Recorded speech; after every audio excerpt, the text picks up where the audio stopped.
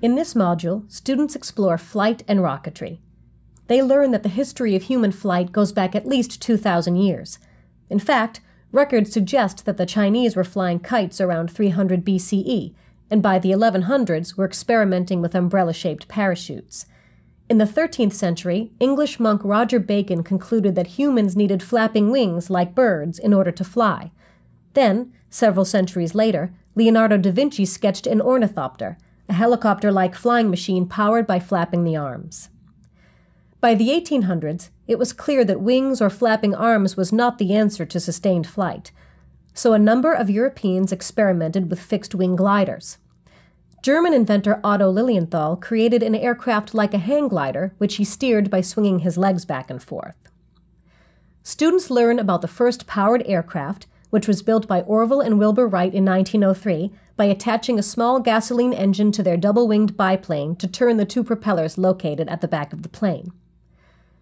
Airplane design advanced quickly during World War I, resulting in faster and more maneuverable planes. Then, after the war, small commercial airlines sprang up to carry people and cargo. By World War II, jets had begun to replace propeller planes, and by the 1950s, travel by jet airplane was no longer a novelty. Rocket-propelled craft, such as the Space Shuttle, are considered both aircraft and spacecraft. That is, they are designed to fly both within the Earth's atmosphere as well as in outer space. Because of ongoing exploration and technological advances, scientists are constantly making new discoveries about spaceflight.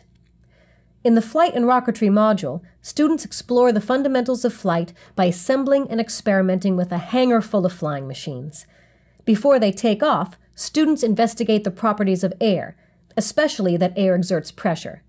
Then they build parachutes, kites, and hot air balloons to demonstrate air resistance, wind speed and angle, and lighter-than-air flight.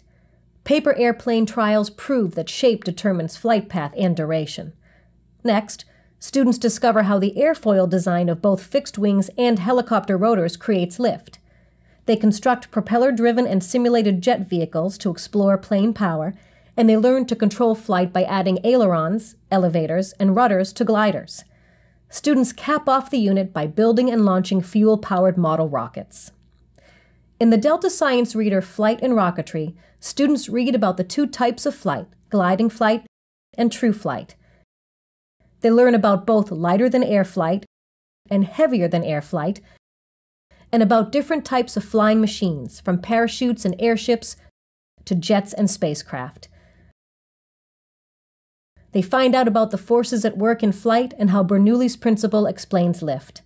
They are also introduced to the Wright brothers, who made the airplane that flew the first powered, controlled flight.